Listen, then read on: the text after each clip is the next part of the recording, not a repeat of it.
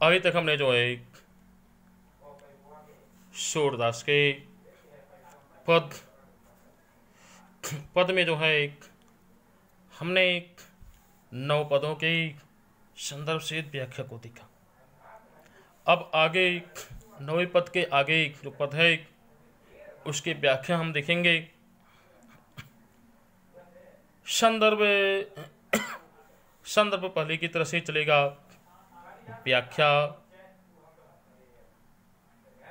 यहाँ पे बताया जाएगा और इसमें आप लोग को व्याख्या बताई जाएगी। व्याख्या को आप लोग देखेंगे। संदर्भ पहले की तरह से चलेगा, इस नाते संदर्भ नहीं बताया जाएगा, संदर्भ आप स्वयं लिखेंगे। व्याख्या को देख करके, समझ करके, व्याख्या को सुन करके अपनी कॉपी में आप लोग नोट करेंगे। तो हम देख रहे हैं, निर्गुण कौन देश को वासी, मधुकर कही समझाओ, सौहदे बूझत साच न हासी। को है जनक कौन है जननी, कौन नारी को दासी। कैसी बरन भेष है कैसो, की रसमय अभिलाषी। पावेंगी पुण्य कियो आपनो, जोर करेंगो गासी। सुनत मौन हवे रहयो बावरो, सूर सबय मति नासी।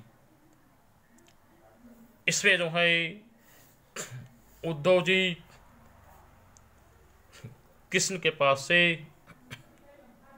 मथुरा से ब्रज में जो है गोपियों को निर्गुण ईश्वर की उपासना की बात समझाने के लिए आते हैं। गोपियाँ जो है उद्धव को निर्गुण ईश्वर के ग्रहण करने में उनको होने वाली परेशानी और अपनी असमर्थता को बताती हैं। ऐसे में इस पद में गोपियाँ उद्धव से निर्गुण ईश्वर के विषय में चर्चा करती हैं। निर्गुण कौन देश को वासी। गोपियाँ कहती हैं, हे उद्धव, तुम तो जानते हो हम जिस सगुण ईश्वर की प्रार्थना करती हैं उनका सब कुछ पता है कि उनके माता कौन है, पिता कौन है, किस जाति के हैं, किस रंग के हैं, किस जगह के निवास करने वाले, कहाँ पे जन्म लेने वाले हैं। लेकिन जो तुम्हारे निर्गुण ईश्वर हैं उनके बारे में हमें कुछ नहीं पता। इसलिए हम तुमसे पूछ रही हैं कि हे उद्धव, बताओ तुम्हारा निर्गुण किस देश का रहने वाला है। तुम्हारा निर्गुण ईश्वर, तुम्हारा निर्गुण निराकार ईश्वर किस देश का रहने वाला है। मधुकर कही समझाई सौहदे, बूझत साच न हासी। गोपियाँ कह रही हैं, हे मधुकर, यानी कि हे काले कलूटे भौरे के समान उद्धव, हे काले कलूटे भौरे के समान उद्धव, हम अपनी शपथ खाकर कह रही हैं, हम अपनी शपथ खाकर कह रही हैं, हम तुमसे कोई हंसी या मजाक नहीं कर रही हैं, हमको सच में नहीं पता है। इस नाते तुम हमको निर्गुण ईश्वर के विषय में जानकारी दो, बताओ उसका निवास, उसका जन्म, रूप रंग के बारे में बताओ। को है जनक, कौन है जननी, कौन नारी को दासी। हे उद्धव, तुम्हें बताओ तुम्हारे निर्गुण ईश्वर के पिता कौन है, माता कौन है, उसकी स्त्री कौन है और उसके दास और दासी कौन है, इसके बारे में तुम हमें बता दो। कैसे बरन भेष है कैसो, की रसमय अभिलाषी। गोपियाँ कह रही हैं, हे उद्धव, तुम्हें भी बताओ तुम्हारा निर्गुण ईश्वर, तुम्हारा निर्गुण निराकार ईश्वर देखने में कैसा लगता है। तुम्हारा निर्गुण निराकार ईश्वर देखने में कैसा लगता है, उसका रूप रंग कैसा है, पहनावा कैसा है, और वह किस रस की अभिलाषा करता है, यानी किस आनंद की प्राप्ति करने का आकांक्षी है। पावेंगे पुण्य कियो आपनो, जो रे कारगो गासी। पावेंगे पुण्य कियो आपनो, जो रे करेंगो गासी।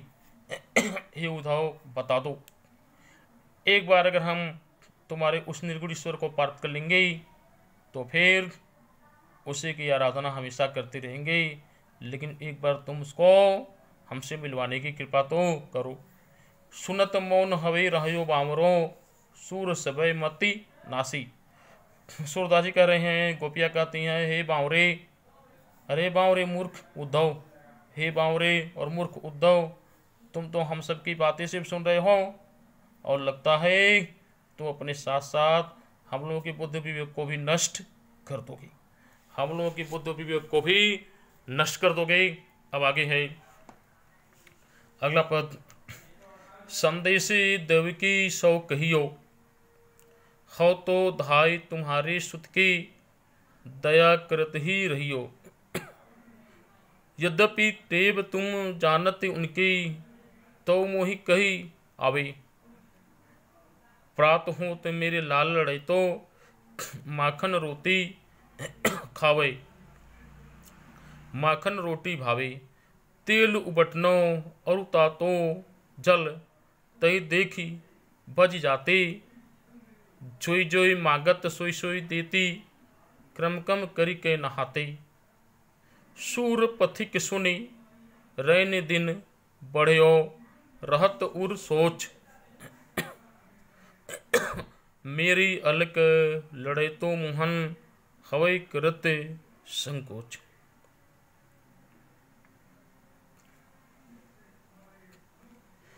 माता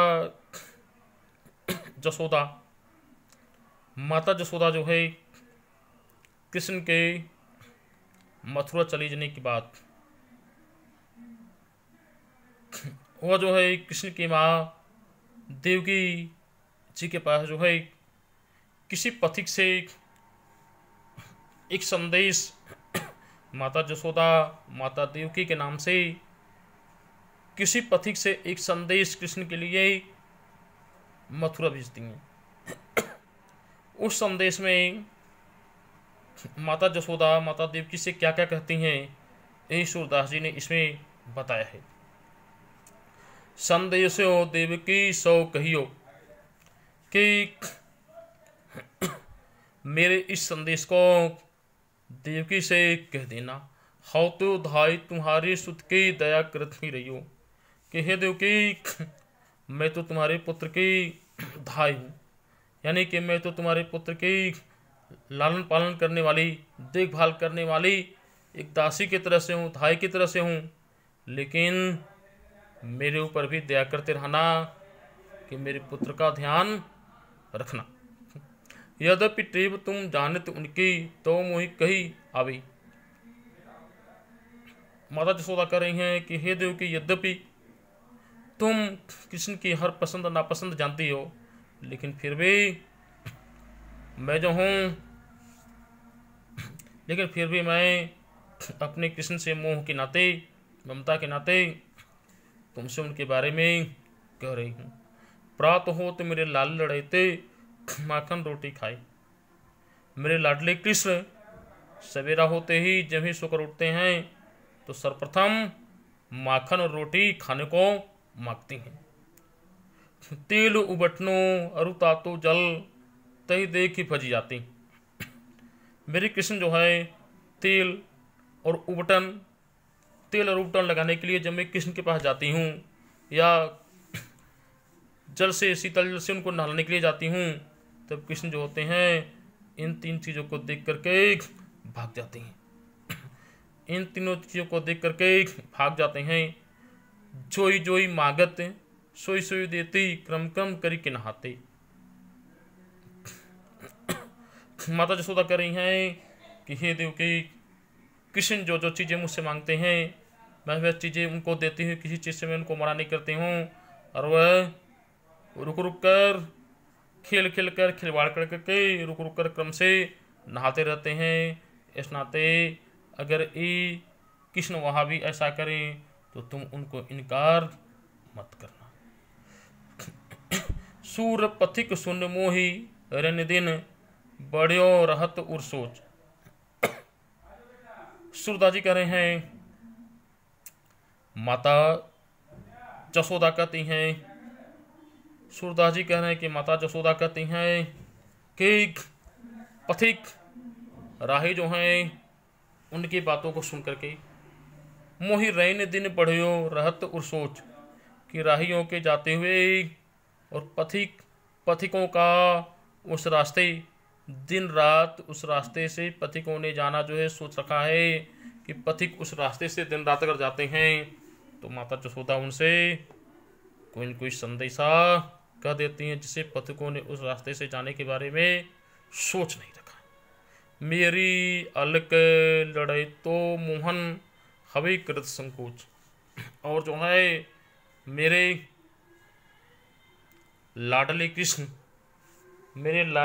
जो हैं, मेरे लाडले कृष्ण हर बात में जो है संकोच करते हैं, हर बात में संकोच करते हैं।